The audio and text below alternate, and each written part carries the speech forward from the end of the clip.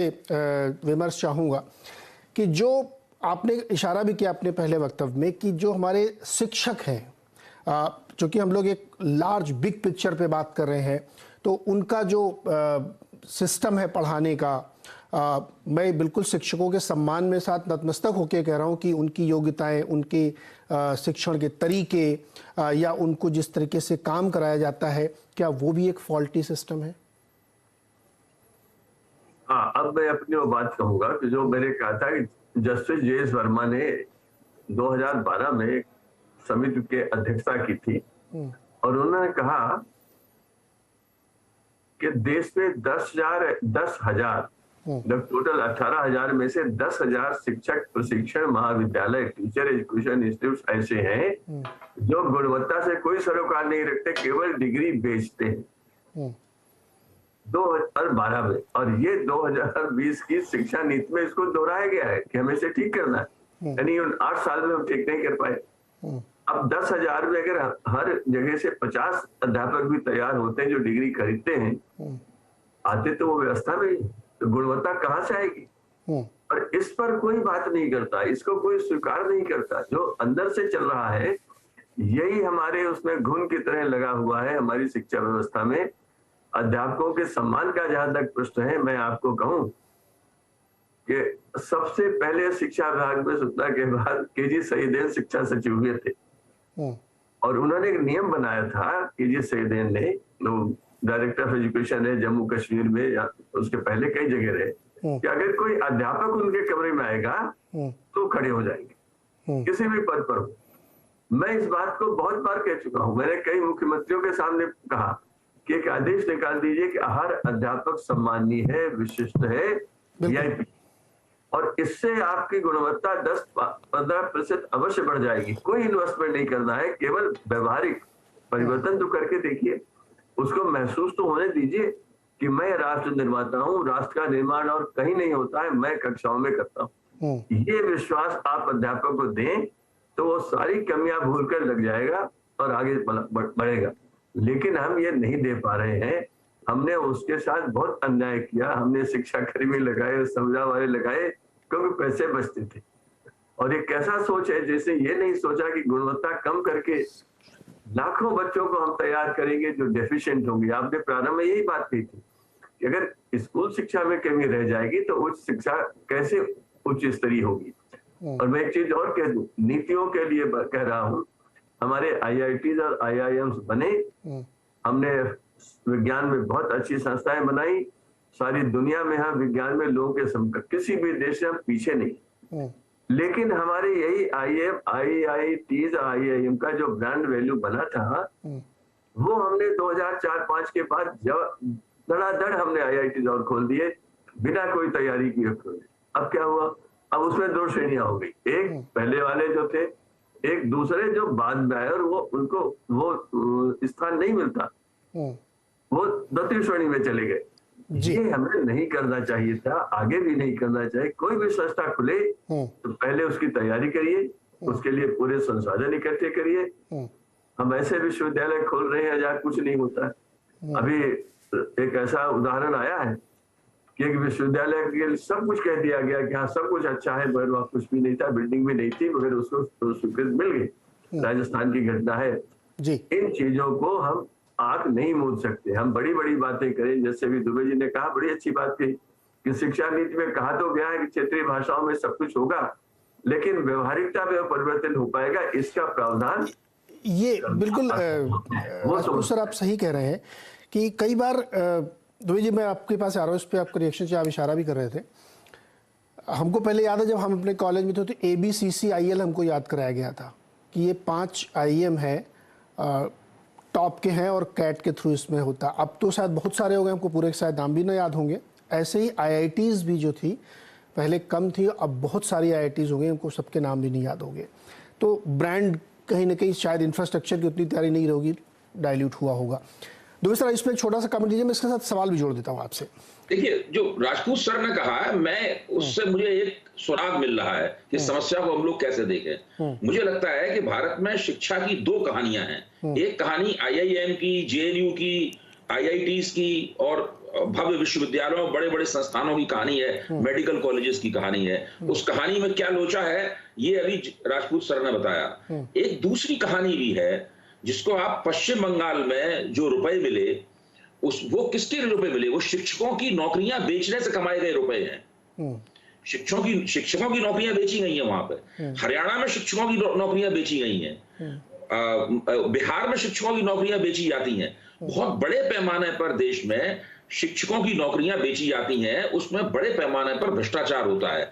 ये इस कहानी का एक दूसरा हिस्सा है जो ये बताता है कि हमारी शिक्षा व्यवस्था में कितनी गड़बड़ी है। आप बढ़िया से बढ़िया शिक्षा नीति बना दीजिए, अगर उसको लागू करने के स्तर पे ये होगा जो हो रहा है। भाई आखिरकार शिक्षक कौन बनना चाहता है? जो जिनकी नौकरियां बेची जा रही हैं, जो पैसा देके अपनी नियुक्ति प्राप्त करते हैं, वो स्कूली शिक्षक हैं या माध्यमिक शिक्षक हैं। वो लोग कौन है? वो मध्यवर्गीय परिवारों के लोग हैं जो कि डॉक्टर नहीं बन सकते, इंजीनियर नहीं बन सकते, जो कि मैनेजर नहीं बन सकते, वो लोग हैं। और वो लोग कहां से रिश्वत देते हैं? वो लोग अपने घर की बचत से रिश्वत देते हैं या कोई जमीन का प्लॉट बेच के रिश्वत देते होंगे, उस तरह नौकरी प्राप्त करते हैं और उस पैसे से चुनाव लड़े जाते हैं और नेताओं की अय्याशियां होती हैं। समस्या बहुत गहरी है। इस समस्या में कई स्तरों में उसको समस्या को देख कर करना पड़ेगा। एक वो स्तर है जिसकी तरफ राजपूत सर ने इशारा किया और एक वो स्तर है जिसकी तरफ जो स्पष्ट रूप से हमारी आंखों के सामने बेरहमी के साथ खड़ा हुआ। जी दुबे सर, एक सवाल और मैं वापस इस एलिमेंट्री एजुकेशन और बच्चों की तरफ लौटता हूं, क्योंकि मुझे बार बार चिंता होती है कि अगर बुनियाद मजबूत नहीं हुई तो हायर एजुकेशन क्या। और शिक्षा का एक मूल मंत्र शायद ये होता है जो मैंने पढ़ा कि quality matters over the quantity. आप थोड़ी सी चीज़ पढ़ें लेकिन उसको बहुत अच्छे से पढ़ लें तो ज़्यादा काम आती है, रादर कि आप बहुत सारी किताबें सरसरी तौर पे नज़र मारें। तो जो क्वालिटी को इम्प्रूव करने का एक तरीका हो सकता है, जो तरह तरह के स्कूल बच्चों में है। एक अपने यहाँ एक परीक्षा होती थी, पता नहीं आजकल होती कि नहीं, मैं श्योर नहीं हूँ, राष्ट्रीय प्रतिभा खोज परीक्षा करके कुछ होती थी ना, नेशनल। उसमें वो शायद बच्चों के लिए हो सकता है कि वजीफ़ा पाने का एक चार्म रहता होगा, लेकिन दरअसल आप जर्मनी की स्टडी करें या यूएस की स्टडी करें या इवन नॉर्वे की स्टडी करें तो वहाँ पे इस तरीके के टेस्ट बहुत बड़े पैमाने पे लिए जाते हैं और उसके ज़रिए ये पता किया जाता है कि उनके यहाँ की जो नई पौध है उसमें किस तरीके के टैलेंट्स आ रहे हैं जिनको आगे नर्चर किया जा सकता है, उनको उस दिशा में मौके दिए जा सकते हैं। अपने यहाँ इसकी हमेशा लैकिंग थी, हमारे ज़माने में रही होगी राष्ट्रीय प्रतिभा खोज परीक्षा, लेकिन मैं नहीं बैठा था कभी उसमें, मुझे पता भी नहीं था। बाद में पढ़ाई में पता चला कि ऐसी एक परीक्षा होती थी। क्या ये सारी छोटी छोटी चीज़ें कि बच्चों का एप्टीट्यूड जान लें, उनकी रुचि जान लें, उस दिशा में उनको बढ़ाएं, ये हो ही नहीं पा रहा? मतलब अभी भी कोई राज्य सरकार इस बारे में नहीं सोचती है?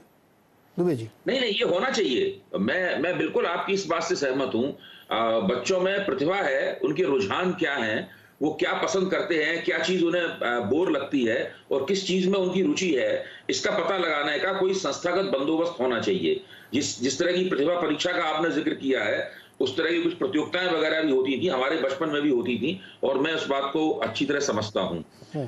लेकिन मैं फिर ये बात कहूंगा कि हमारे यहाँ शिक्षा में लेवल प्लेइंग फील्ड नहीं है। जब तक लेवल प्लेइंग फील्ड नहीं होगा, और वो लेवल प्लेइंग फील्ड जो है वो निजी क्षेत्र के स्कूल और सरकारी क्षेत्र के स्कूल, इन दोनों के बीच में लेवल प्लेइंग फील्ड नहीं है।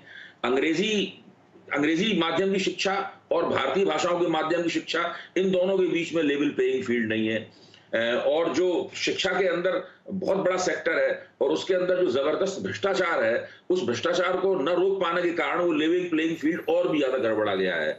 तो बहुत बुनियादी तौर पर शिक्षा का क्षेत्र सुधार मांगता है। राजपूत सर, आपका कमेंट। मैं इसी पर कहना चाहता हूँ, आप जिस प्रतिभा परीक्षा की बात कर रहे हैं वो शुरू के दौर में मैं समझता हूँ 1970 के पहले से ही national science talent search examination के रूप में चला था कि जो बच्चे इसमें बैठेंगे विज्ञान के लिए उन्हें वो दिया जाएगा, एक छात्रवृत्ति दी जाएगी। और वो देश में आपको सैकड़ों लोग मिलेंगे जो आगे उस स्कॉलरशिप से आगे बढ़े। एक मंत्री जी ने कहा कि ऐसा क्यों है, साइंस ही क्यों है, इंजीनियरिंग क्यों नहीं है? कुछ व्यक्तिगत कारण थे, तो फिर उसे बदल दिया गया। फिर अगली बार हुआ तो किसी ने सुधार किया कि भाई इसको सोशल साइंस में भी होना चाहिए। तब वो नेशनल टैलेंट सर्च एग्जामिनेशन हो गया है। उसकी जो छात्रवृत्ति है वो बहुत ज्यादा अच्छी नहीं है, लेकिन और भी कई चीजें ऐसी शुरू की। लेकिन मैं दूसरी बात कहना चाहता हूँ जी, दुबे जी भी सहमत होंगे कि हर बच्चे को हमें बराबरी पर मानते हुए कि वो भी बहुत टैलेंटेड हो सकता है। उसका उदाहरण मैंने सोवियत संघ में देखा था। ठीक 40 साल पहले मैं वहां गया था स्कूलों का अध्ययन करने, और उन्होंने एक दिन मुझे कहा कि हम आपको फिजिक्स स्कूल और म्यूजिक स्कूल ले चलेंगे। तो मैंने कहा फिजिक्स स्कूल क्या होता है? अब सुनिए, हर प्राइमरी स्कूल का अध्यापक ये देखता रहता है कि ये बच्चा ड्राइंग में रुचि ले रहा है, या ये फिजिक्स में ले रहा है, या इसको कुछ बनाने में है, और वो उसकी एक रिपोर्ट बनाता है। उसके बाद हर जिले से कोई म्यूजिक के मान लिया 10 बच्चे लिए, और सारे लेकर एक क्षेत्र में जाकर के उनको रेजिडेंशियल स्कूल में सरकार ले जाती है। तो सारा पाठ्यक्रम वही पढ़ते हैं, मगर उन्हें अलग से उस रुचि के क्षेत्र में म्यूजिक स्कूल में बड़े बड़े म्यूजिशियंस आते थे। फिजिक्स स्कूल में उन्हें सारे प्रयोग करने की सुविधा थी। ऐसे टैलेंट जो है वो आगे बढ़ता है। ये हमारे यहाँ है, ऐसा नहीं कि नहीं। हम लोगों ने नवोदय विद्यालय खोले और अच्छे चले, नवोदय विद्यालय अच्छे चल रहे, अच्छा काम कर रहे हैं, मगर हमारे देश की आवश्यकता के अनुसार वो बहुत थोड़ा है, उसको बढ़ाने की जरूरत है। और टैलेंट ऐसे को खोज करना प्रारंभ में प्राथमिक शाला का अध्यापक कर सकता है। इसीलिए जो शिक्षा में देश आगे बढ़े हैं वो कहते हैं कि हमारे प्राथमिक शाला या प्राइमरी के पहले का जो अध्यापक है वो भी उतना ही महत्वपूर्ण है, उससे ज्यादा महत्वपूर्ण है जितना विश्वविद्यालय का। बिल्कुल सर। और सबसे ज्यादा जरूरत है हमें एकदम बेसिक स्कूल्स जो है 1 से 5, 1 से 8 उनमें ध्यान देने की, क्योंकि बच्चे सब एक जैसे होते हैं। उनको आप जैसा ढालेंगे उनके एप्टीट्यूड के हिसाब से, उनकी रुचि के हिसाब से, उनके टैलेंट के हिसाब से आप वैसे ही उनको आगे ग्रो करा पाएंगे। और यहाँ पे शिक्षकों की भूमिका बहुत ज़्यादा है। मैं ये भी मानता हूँ कि शिक्षकों को देश में सबसे ज़्यादा सम्मान मिलना चाहिए, बेशक खड़े हो जाना चाहिए उनके आने।